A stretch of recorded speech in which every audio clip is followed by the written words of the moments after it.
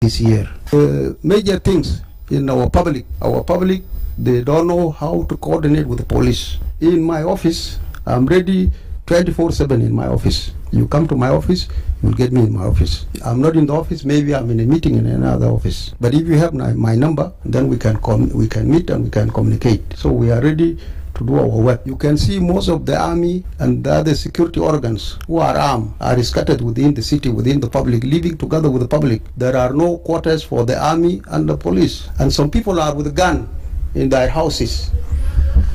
That also need the public to keep eyes on those who are carrying gun in the public, to inform the police, say that we can arrest whoever is committing a crime. But if we are not getting the information from the public, how do we do the work? Security is a collective responsibility to the public and the people around. And that is also is good. Today, my brother Daniel Justin just arrived from the treatment, and we are going to coordinate with him to conduct a community policing meeting. Say that the public and the police meet and share the ideas how we can control the city, how we can monitor the security situation in the city, and in each particular area, say that we can arrest. The public have a role to play. Most people who are committing crime are within the public, and the public is protecting them. Why?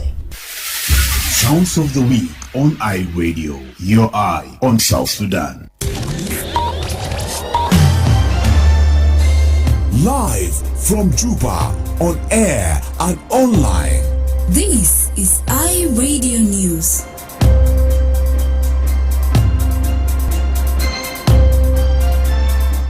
Hello, this is iRadio News. First, here are the headlines.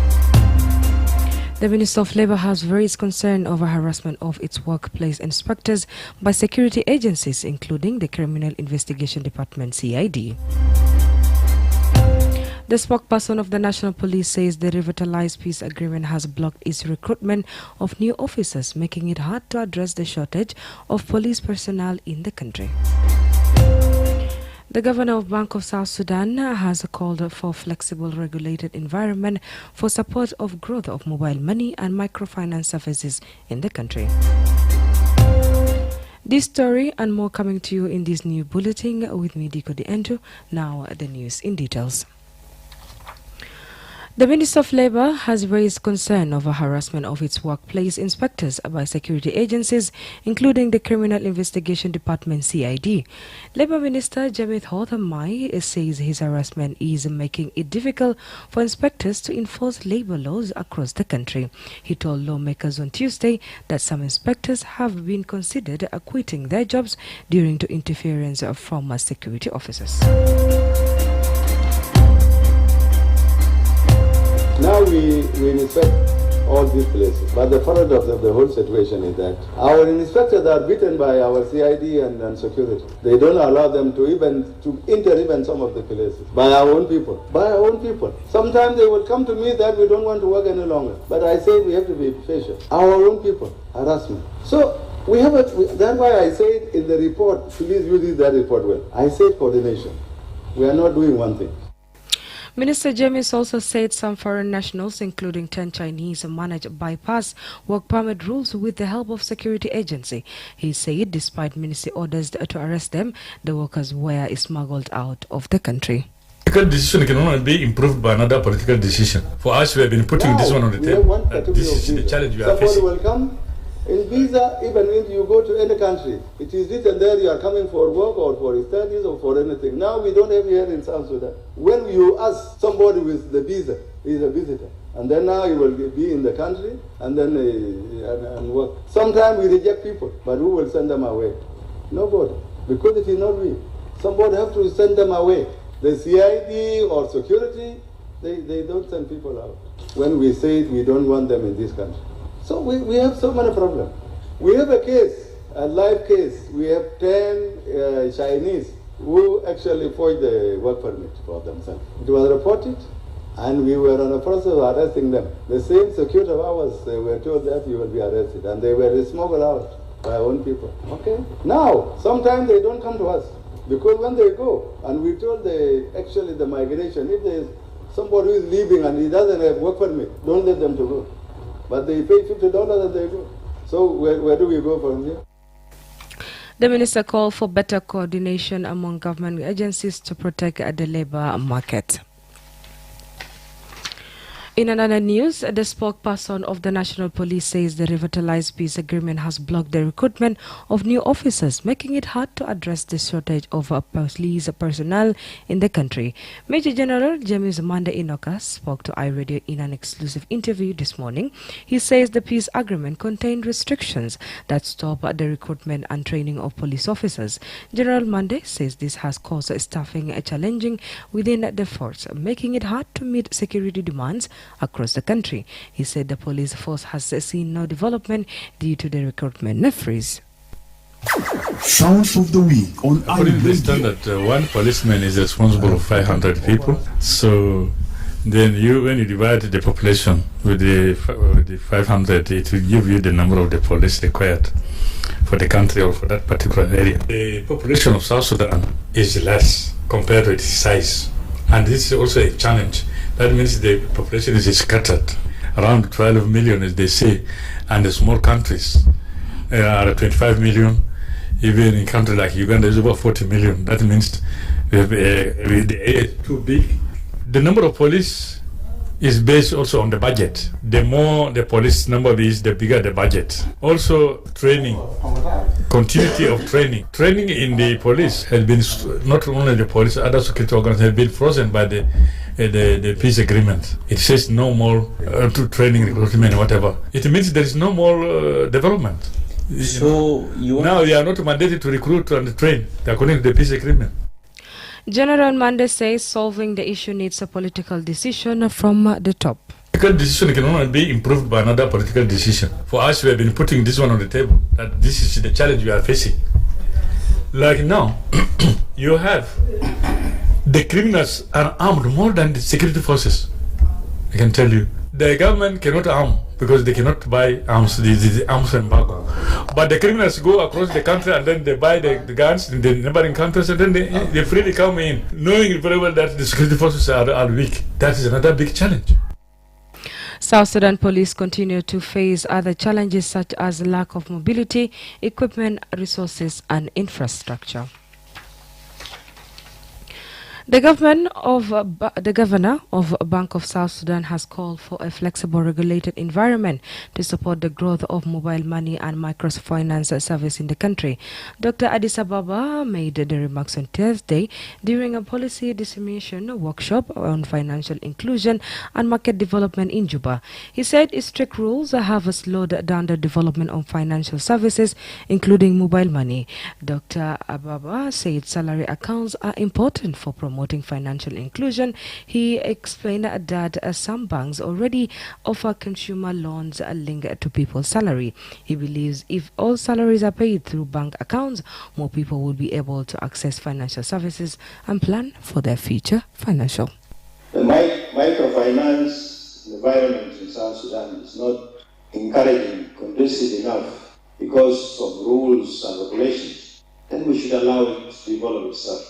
As long as you have a very clear guidance on how to direct all those sectors and align them with the strategy, then there is no way as a regulator to be very strict on the provisions of the acts, regulations, or sectors. We should allow the market to develop itself, and then it will come with a beautiful, well-drafted circulars that will guide for the benefit of the people.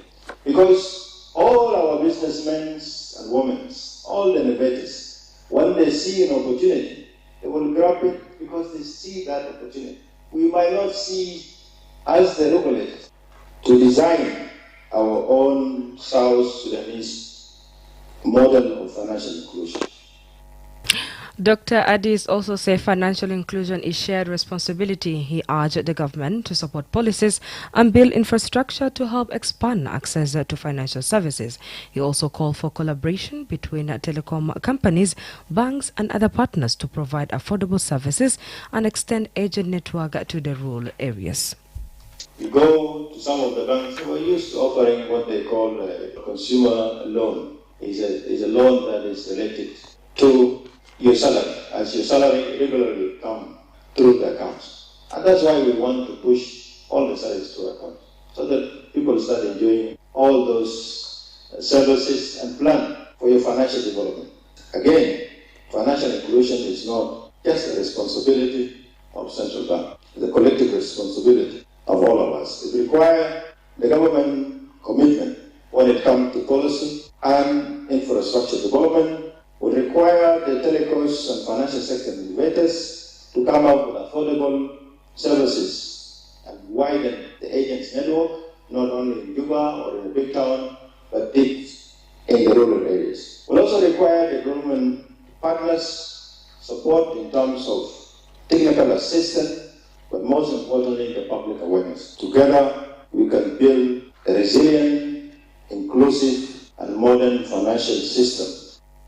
The workshop brought together stakeholders to discuss the main barriers to financial inclusion and how to develop a local model that meets the needs of the people.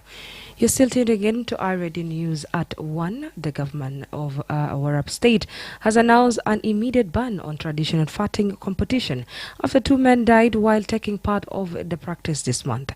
In speaking to iRadio on Friday morning, State Information Minister Maber Beth Mabok said the decision is meant to protect life as the state reviews the health and safety risk linked to the tradition. Yes, we have to stop this because we are government. We can stop this. We can rule it out and stop it straight away. What we do, we have to stop this. People have to resort only on conservation and other activities. But it's regulated in a way that will not protect your life. The fattening competition is a cultural tradition in Warrap where young men consume large amount of milk while avoiding solid food in order to gain weight. The person who becomes the biggest is declared the winner.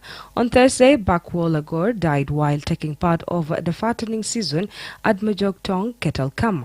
He was the second person to die this month during the contest.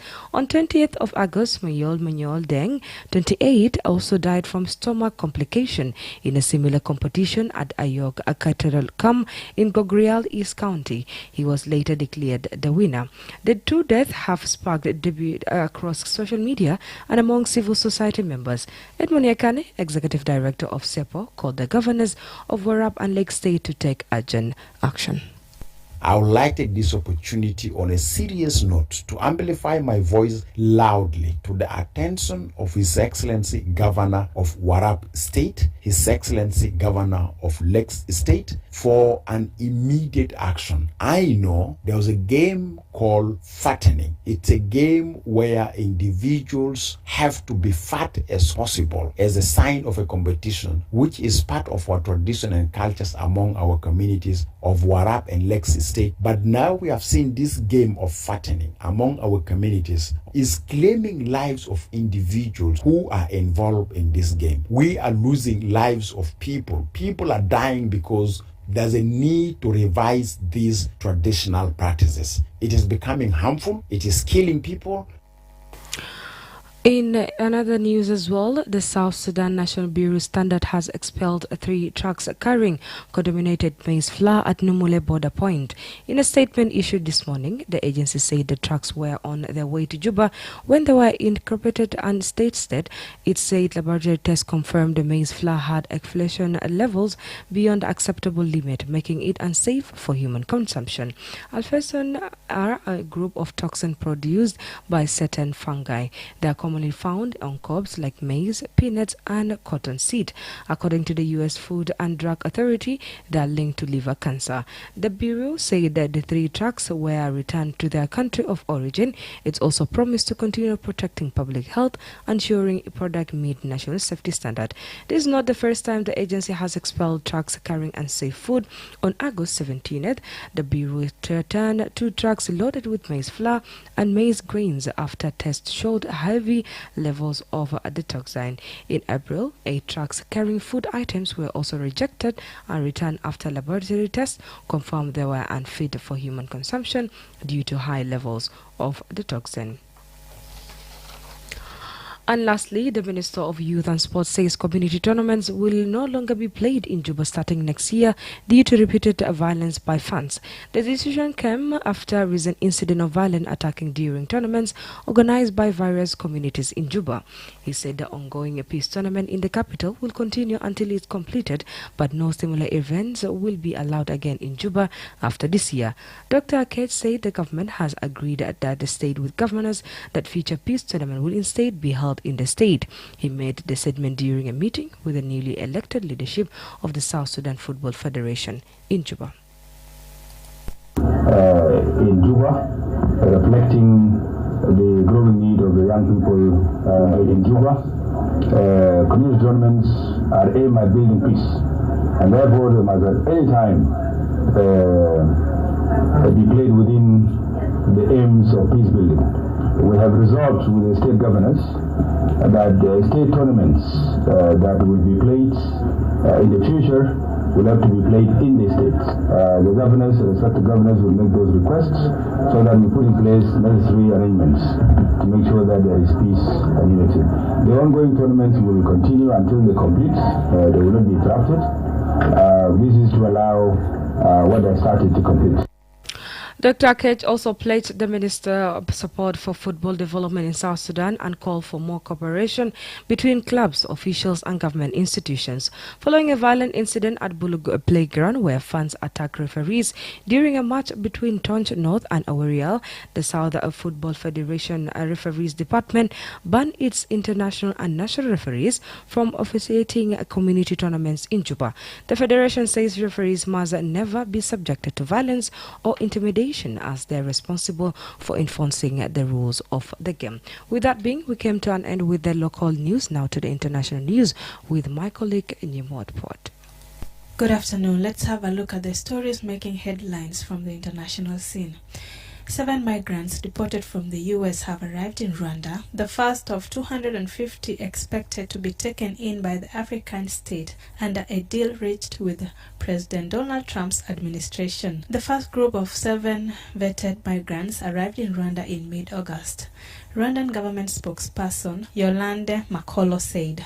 She gave no details about their nationalities, only explaining that 4 of them would remain in Rwanda, with 3 opting to return to their home countries. Rights groups have warned that such deportations could breach international law if people are sent to countries where they risk torture or other abuses. Elsewhere, several investigations have been launched after a Spanish man in Kenya posted videos of himself pouring beer down an elephant's trunk, sparking anger on social media. He was filmed in a wildlife reservation drinking from a can of Tusker, a popular local beer, before giving the rest of it to the elephant. The BBC analyzed the footage and was able to authenticate it as genuine. The landscape and a well-known bull elephant point to it being filmed at the Ol Jogi Conservancy in the central county of Laikipia. Finally, a day of mourning has been declared in Kyiv after the second biggest aerial attack of the war so far killed at least 23 people, including 4 children. City's mayor Vitaly Klitschko said it was to honor the dead as the massive recovery effort continues at the 5-story block of flats where 22 of the 23 were killed. The attack has been widely condemned. The White House said President Donald Trump was not happy but not surprised, while European Union Commission President Ursula von der Leyen said Russia will stop at nothing to terrorize Ukraine. Meanwhile, European Union defense ministers are meeting in Copenhagen, Denmark, on Friday to discuss military support for Ukraine. That's all from the international scene. Now back to you, my colleague in the studio. Thank you so much, Jimota. Up next at the Sport News with Darlington Moses.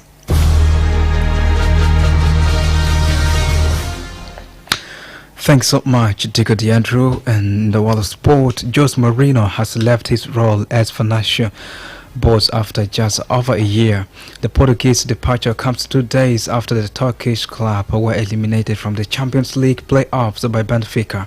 In a statement, Fenerbahce said Mourinho had parted ways with the club before thanking the 62-year-old for his efforts. We wish him success in his future career, the statement added. Mourinho has managed 10 clubs including Chelsea, Manchester United and Tottenham. Olympic 100-meter champions Noah Lyles and Julian Alfred will head to the upcoming World Championships in Tokyo in 2 weeks' time, on the back of impressive victories at the Diamond League finals on Thursday night. In front of a sellout crowd of 25,000 at Zurich's Let's Ground Stadium, the two sprint stars headlined a thrilling evening of the world-class athletes. Lyles stormed to victory in the men's 200-meter, clocking 19.74 seconds to outpace his Botswana rival Letsail Dibogo. The win secured Lyles a record-breaking 6th Diamond League track trophy, further cementing his dominance in the event. Venus Williams and Leilani Fernandez claimed a shocked victory over reigning champions Lyudmila Kiknonok and her partner Ellen Perez in the first round of the U.S. Open Women's Doubles. Williams, 44 years old, claimed a first Grand Slam win in 4 years as he and 22-year-old partner Fernandez ground out a 7-6, 7-4, 6-3 win against the 6th seed to progress to the second round, where they will face Japan's Eri Hozumi and Erike Ekeri of Norway. After a spirited defeat in the women's singles first round on Tuesday, Williams, 45-year-old, who won 14 Grand Slam doubles titles, playing alongside younger sister Serena, accepted a wildcard invitation to partner Fernandez on Wednesday. Thanks, and back to you, Tico DeAndrew. Thank you so much, Darlington Moses. With that being, we came to an end with our 1 o'clock news. But here first are the headlines. The Minister of Labour has raised concern over harassment of its workplace inspectors by security agencies, including the Criminal Investigation Department, CID. The spokesperson of the National Police says the revitalized peace agreement has blocked the recruitment of new officers, making it hard to address the shortage of police personnel in the country. The governor of the Bank of South Sudan has called for flexible regulated environment to support the growth of mobile money and microfinance services in the country. That's the end of iReady News. If there are any story or event you would like iReady to cover or report about, please send us a text message on +211 925 287 870. It's also our WhatsApp number. Follow us on X at iReady Juba, like our Facebook page iRadio, subscribe to our YouTube channel at iRadio South Sudan. You can also visit our website and listen to us online at www.iradio.org. Stay tuned in the news for Arabic at 1:30. I'm Diko DeAndrew. Thank you for listening.